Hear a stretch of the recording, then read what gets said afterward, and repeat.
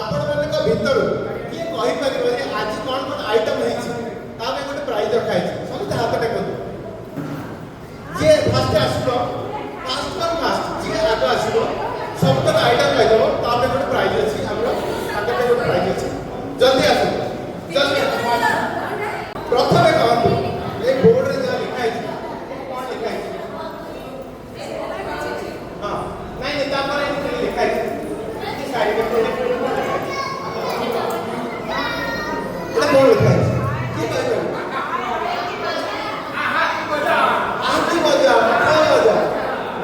ଆହାତି ମଜା ପଖାଳ ମଜା। ତେଣୁ ଆପଣ ବର୍ତ୍ତମାନ ଆଜିର ଯେଉଁ ମେନୁ ହେଇଥିଲା କାର୍ଯ୍ୟକ୍ରମରେ କ'ଣ କ'ଣ ସବୁ ଆମର ଖାଇବା ପିଇବା ବ୍ୟବସ୍ଥା ଥିଲା ସବୁ କହିଲେ।